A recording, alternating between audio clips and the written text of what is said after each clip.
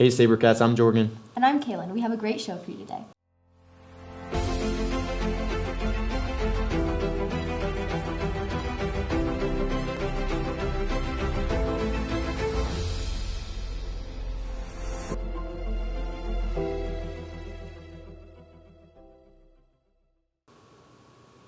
The wrestling preseason has officially started.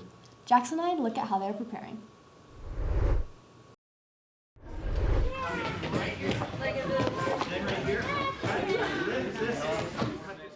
Take my hand, open it up, put it right. Head wrestling coach of the boys and the girls team. I got in trouble. I like fighting. So my chemistry teacher made a deal. I go out for wrestling, he wouldn't make me do a detention. The actual season, so we're trying to get all the younger kids to understand the moves and philosophy of what we do.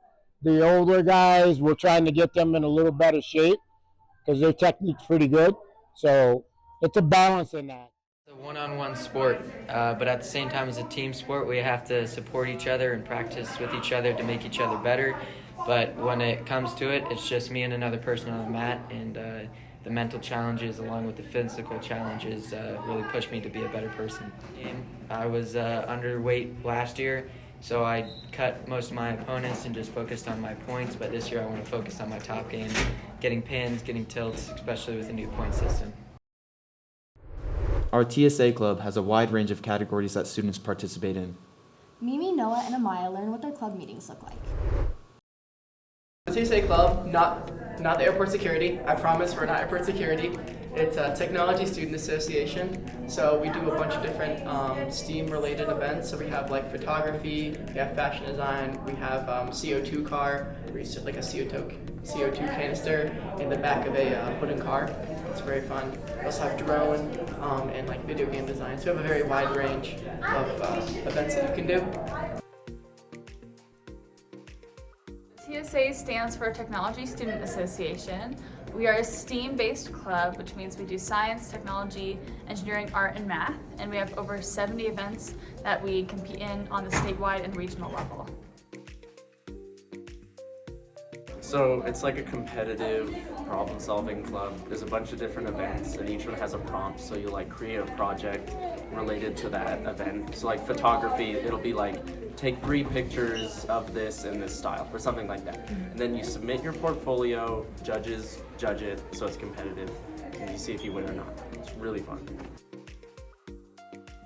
The sergeant at arms, so I'm part of the officer team.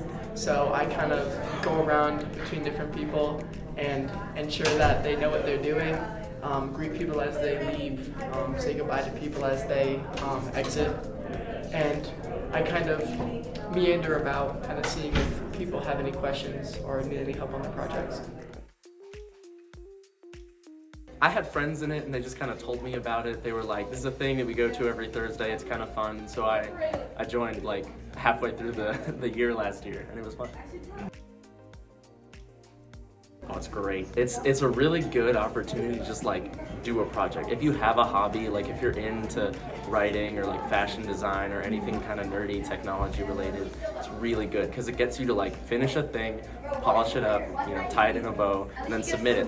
And the people are great. It's really fun. It's just a great group of people. I like it a lot. I'd recommend joining because you get to make new friends, find people with the same interests as you, and it's lots of fun. This year, our school's theater company performed the musical Anything Goes. Ryan, Jacob, and Cooper asked cast members their experience working on this show. Yeah, you know, I've done it my freshman year. This would have been my 5th production here at CV, and it's just a great way to, like, I made all my friends with the plays and their productions here, and I love acting, and I love art, and I love sharing my passion with others, and I love it. It was a really different process. This was the first show I've ever led here, so that was a different responsibility. It was very different because, like, being an ensemble and stuff, you do a lot, but you don't really get to see the inner workings of like how stuff is done. And I got to work with a lot more people. I got to work with Pitt more often. I got to work with crew more often, and I thought that was fun. And yeah, I've acted for a long time. I I want to say I started when I was 7. I just started with me like mimicking films and stuff like that, and then I went to like an acting camp. So back in Frozen, I was planning on being an actor, but I just lost interest in that aspect of it halfway through, just waiting it out through summer and going to some of the rehearsals. So I decided that I still want to be part of it, and that I had experience using tools and building stuff with my dad and stuff. So I thought set construction sounded fun, so I've been with that for about a year. And this past year, I interviewed to become special projects manager. So essentially whatever doesn't fall under set construction or props, so I get to handle that sort of thing with my own team. And I'm so happy to be a part of it, and it's like my ideal position in this production. One of our clubs that student athletes can be a part of is the leadership team SALT. Tegan and Haley see what this club is about and why it was started. Hey guys, if you just came in, make sure you sign the sheet. Yeah, so it really started when I was coaching here. I don't know, the first year that I coached here, I think I took some things for granted, and that was, assuming that we had some leaders that knew what I expected, and they didn't. And it was a mistake on my part to assume that people know exactly what I want from them. And so we had a lack of leadership. And so it's something that I started when I was coaching volleyball here, and it worked really well. It was something that my players looked at and said, this is something that is like one of the most valuable things that we do. And so when I became athletic director, I thought, this would be really valuable if we could expand this to all sports. So it's really just setting the standard and saying, hey, these are the things that that will benefit you as a leader, and here's some tools to help you get there. All right, so before we get to the activity, these are 7 qualities of someone who is an encourager. Accentuate the positive and the progress. Who does goal setting with their teams? What do those goals look like? Typically, we'll set goals and we'll have kind of like a goal that's a finish line. Like, this is where we want to end up. But then you kind of need a roadmap on how to get to the finish line, right? And that's the process. And sometimes, individually, when we're playing and we're practicing and we're striving to improve, and we make mistakes or we feel like we're not performing as well, or we're frustrated with our performance, or you see a teammate who's experiencing that, sometimes it's really important to go back to the process.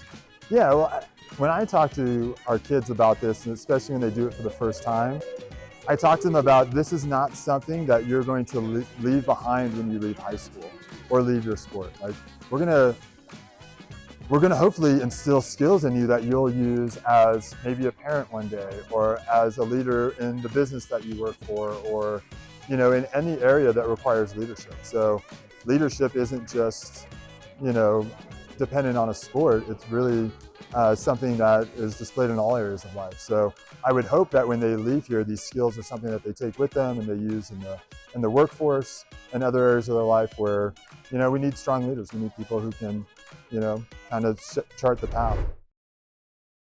That was the last segment of our show. We hope you enjoyed. If you want to see more, check out our Instagram at CVStudentMedia or our website, cvstudentmedia.com. Once again, I'm Jorgen. And I'm Kaylin. See you next time, Sabercats.